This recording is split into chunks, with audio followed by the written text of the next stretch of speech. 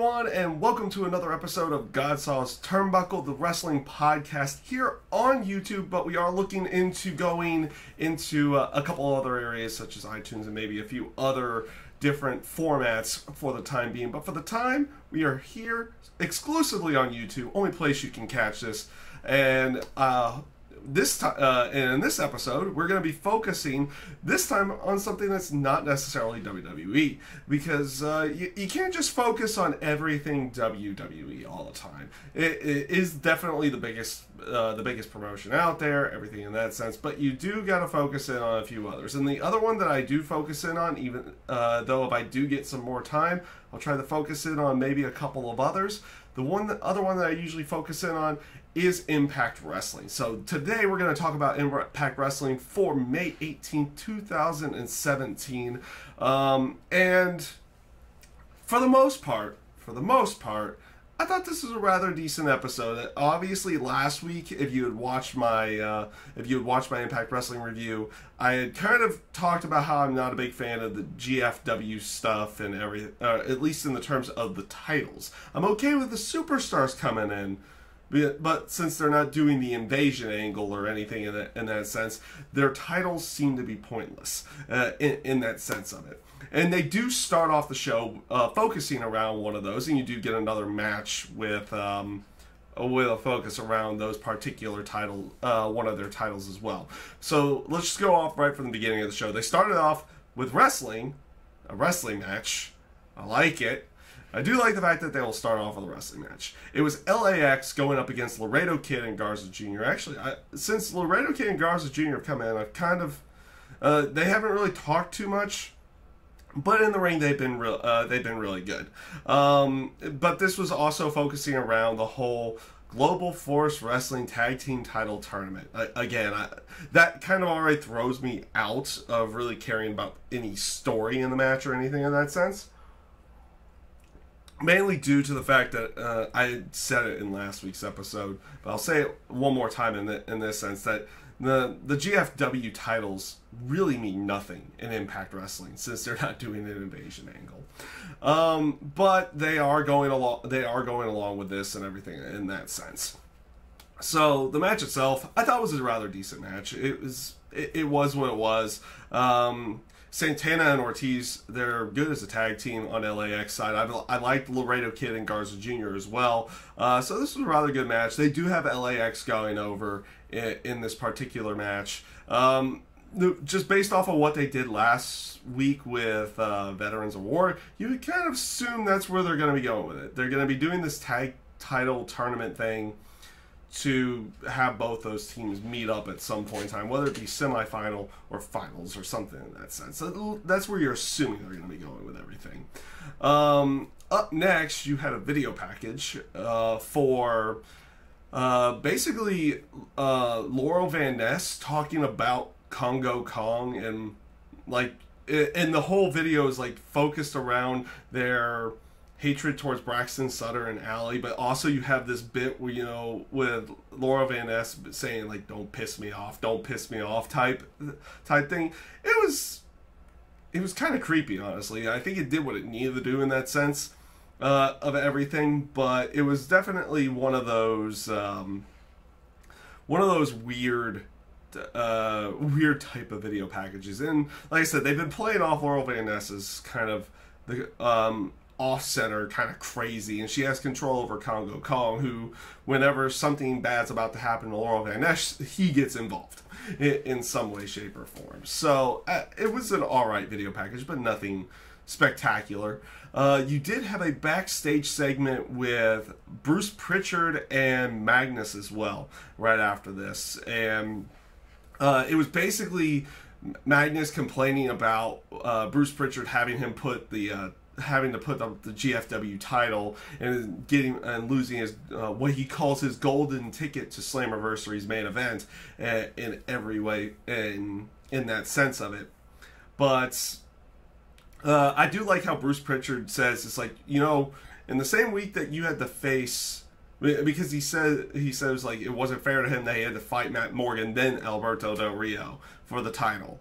But he also, I like how Bruce Pritchard does bring up is but Alberto had to give up, potentially give up his shot in a match the same week that you had to fight Matt Morgan. So it was like, it was one of those, he kind of shoots him down, and obviously he goes off to start saying is like, that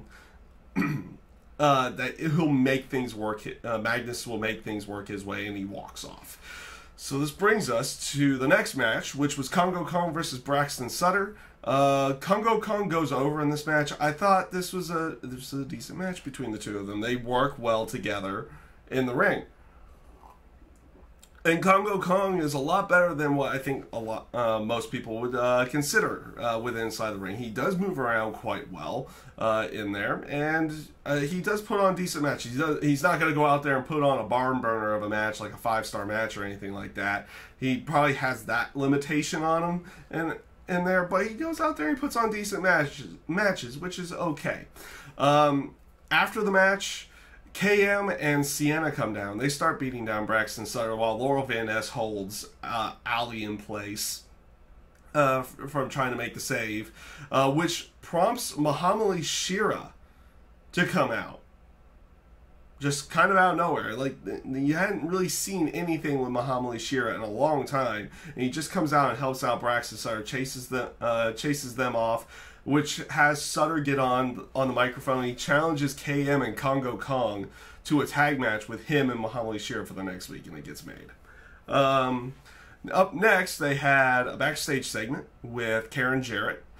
Basically, she makes the match talking about how they haven't been able to keep Eddie Edwards and Alicia, Eddie Edwards, Alicia, and Angelina Love and Davey Richards apart from each other. Like, everything they do, you can't stop them from getting at each other. So she sets up a mixed tag match for the next week. So you have you have Eddie Edwards and Alicia going up against Angelina Love and Davey Richards. The little tidbit that they throw in here is that Magnus walks in and Karen's like, "What are you doing?" And Magnus just moves her out of the way and keeps walking. So, what is Magnus going to be doing throughout the rest of the night? And you do find out next during the EC3 and James Storm match. Magnus is on commentary through the whole thing. He's saying, he's like, everybody's wanting a shot at Slammiversary. I'm just out here kind of re-solidifying that I'm still here.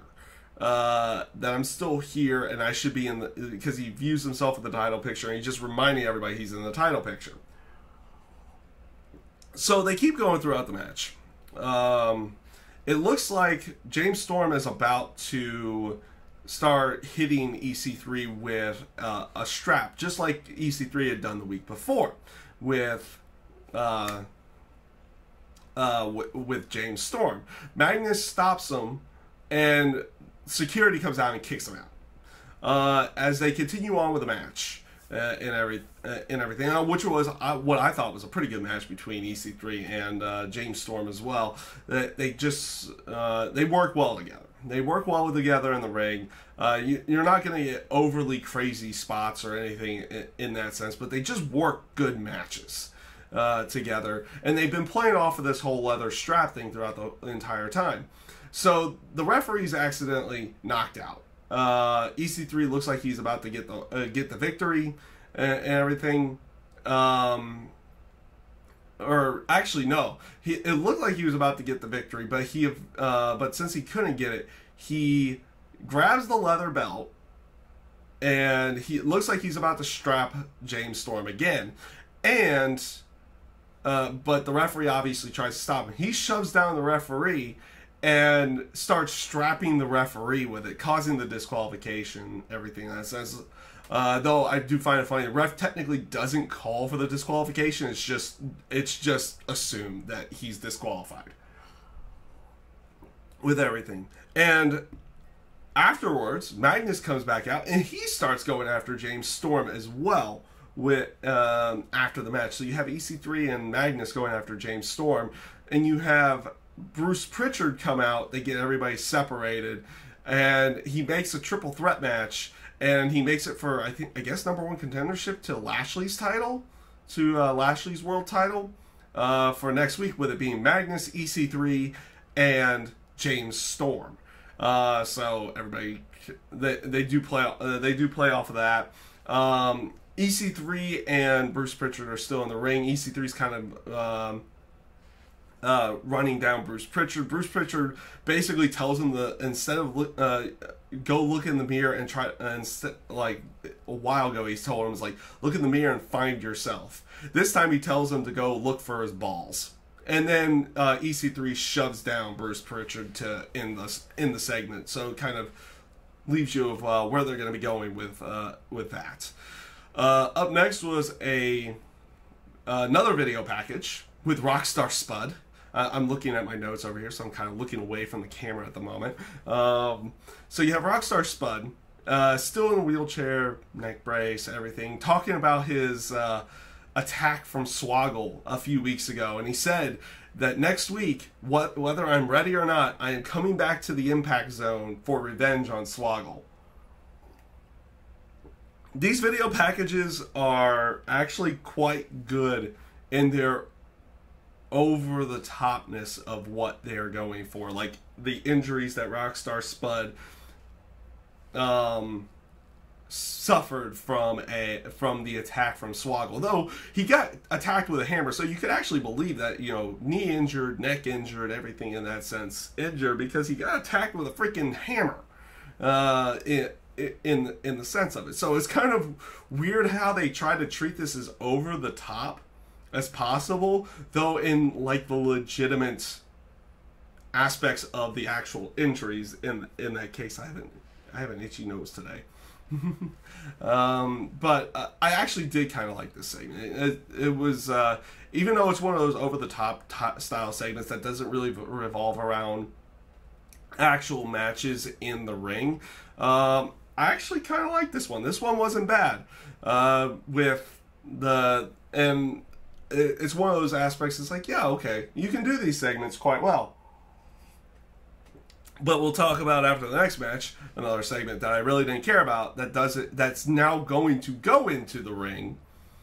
Great. But we will talk about that one next. Up next was ODB going up against Sienna. GFW women's title on the line. It was a fine match. Sienna goes over in the end. Not much to this one. Like I said, as soon as they make mention to the Global Force Wrestling titles, I kind of tune out elsewhere. At that point, regardless of the match, I focus on the match. It's like, is it okay and everything? Is it at least good or anything like that? But this, like, storyline wise, it's like, this is pointless. I'm going over here. With it, which was kind of the way that I was thinking before with Alberto El Patron and Magnus last week. It was a really good match, just made pointless by the fact that it was for the Global Force Wrestling World title in that sense, and it's kind of what this is here. It was a fine match between both Sienna and ODB, but it was kind of made pointless by the fact that, you know, you have the GFW women's title on the line. I don't like that aspect of the show at this point. And going on with that, another aspect of the show I don't like. So they're doing, and what they've been doing over the last couple weeks, like JB had been in the back, had been behind Josh Matthews, kind of doing all these different things. Like the fans had signs whenever they were doing the commentary tables bits where, you know, they hype up the rest of the night. Obviously, Josh Matthews is going after the fans and like trying to degrade them and everything in that sense. So the last couple weeks they've been doing that. Tonight, whenever they've been doing those spots where the commentators are talking, JB's not there throughout the entire night, but the fans are still doing what he said, what they have been doing the couple weeks before. So at this point, after this match, right before the main event, JB comes out and he says he's been reinstated because he had hired an attorney, a really good attorney. And lo and behold, I'm thinking in my head, it's like, wait a minute. First of all, I was thinking in my head, it's like, even though I know he's still with WWE, it'd be really funny if he brought out David Otunga. Because he actually is he is actually a lawyer, and a real good one at that. In that sense of it. But what does he do? He, lo and behold, brings out Abyss's alter ego, Joseph Parks. Oh, Joseph Parks is back. I don't know whether to be happy or sad. I know I'm sad on the aspect of this whole JB and Josh Matthews thing continuing on. As a matter of fact, it's going to continue on to the aspect of Joseph Parks challenging Josh Matthews to a tag match. So he needs to find a tag partner. So it's Joseph Parks, or maybe it just ends up being Abyss in the end. I don't know how they're going to do that. Ends up being Abyss or Joseph Parks and JB going up against Josh and someone of his choosing. So Josh leaves the commentary table after he'd done all his typical childish screaming. It's like, why is JB here? Why is he reinstated? We don't need you type thing. And JB sits down to call the main event, which was a really good main event. This kind of made up for other portions of the show not being so good. Like, I actually kind of liked where they were going with the EC3 James Storm stuff, getting Magnus involved and setting up the triple threat for the next week. I like that stuff. But the main event was low-key Trevor Lee and Andrew Everett in an Ultimate X match for the X Division title. And this was a really enjoyable match. Not just on the aspect of how the Ultimate X match works, in general for, you know, coming up with good spots and everything in that sense, but the story that they were telling throughout the entire match as well. I mean, you had Low Key, who is now still doing the Agent 47 stuff from Hitman. He punches the chair out of Trevor Lee's hand at one point, and he sells it throughout the rest of the match, like he's having issues climbing everything, even to the point of when he tries to win the match, he can't necessarily go across the cable, so he has to go across the structure on top to get to the belt. So you have things like that being told throughout there. Also, the aspects of just like they were telling you a story in this match instead of just, oh, it's one spot. Now okay, everybody back up. Let's go to the next one now. It was like one person kind of took the spot, and then they were down for a little bit, and there was the other two working together, and they just all started intertwining together inside the match, like even to the point of Shane Helms having to do the neck breaker off the top of on the top rope to get involved to try to help out Trevor Lee and everything in that sense. That you just had a well-told story in this match instead of it just being pretty much a spot fest, which is what Ultimate X matches do sometimes go down to, and what you do see in certain points in here. You had good spots in there, but the story being told by all three guys was well done. Like, they were selling what was being done to them throughout the entire match, and you could see the little nuances to everything going into it. So actually, this is probably one of my favorite Ultimate X matches in recent memory. I won't say of all time, because there's some really good ones before they were on Spike TV, Destination America, and Pop TV now, where they're at. But this was, like, most recent memory ones, this was probably my favorite Ultimate X match, because they were telling you a story throughout the entire match. It wasn't just like spot, spot, spot, spot, spot. It wasn't like that. It was like, okay, we have this spot to tell the story and continue it on, but now you're going to be down for a bit, and we're going to continue on with the story here, here, here, and here. And it climaxed with all three guys trying to go after the belt at the end, where, like I said, Low Key, who was having issues just climbing the structure, like he was doing little bits like shaking his hand and everything in that sense, so he couldn't climb the cable, so he had to climb the structure to get to the center and get rid of both those guys. I enjoyed this match. This was a good Ultimate X match, and it kind of made up for other portions of the show that weren't all that good to go along with it, in the aspect that I kind of tune out whenever the Global Force Wrestling titles are usually talked about in some way. So overall, this was not a bad Impact. I did like some portions of it. Of course, they're continuing on with this Jeremy Borash and Josh Matthews thing that I'm not a big fan of at this time, but they're continuing on with it because, you know, they do have to at least finish the story, I guess.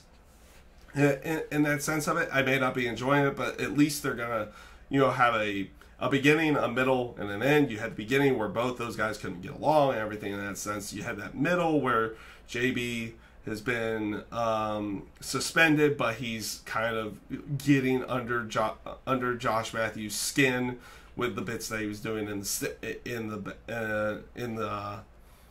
the crowd and everything in that sense. And now you're gonna have an end, which is gonna end at Slammiversary. So you're still kind of in the middle. Their climax, their final spot is at Slammiversary. Now you're getting the rest of the story for that. I may not be a big fan of it, but at least you're gonna get a finish to this in some way. At least I hope a finish to this at Slammiversary, with both of these guys. But that Ultimate X match, really good match, just thoroughly enjoyable. I actually, and a lot of the other matches tonight were, you know, rather decent matches to watch as well. Just some of them, like, it didn't really matter what was going on, such as like with the Global Force Wrestling tag titles and the women's title. Don't, like I said, at that point I just watched the matches to see if they're any good, and I don't even really care storyline wise at that point in time. But otherwise, some rather decent matches to watch. Like I said, Congo Kong Braxton Sutter match was a decent one. I thought James Storm and EC3 was really good as well, to go along with everything. So overall, not a bad Impact this week. Rather enjoyable Impact. So yeah, that's pretty much gonna be it for the Impact Wrestling side of everything. This is another episode of GodSaw's Turnbuckle. If you're liking what you've been seeing so far, go ahead and hit the subscribe button or like button, however you prefer everything. And stay tuned. We will be having more episodes of GodSaw's Turnbuckle coming your way very soon. I hope you enjoy everything and have a great rest of your day.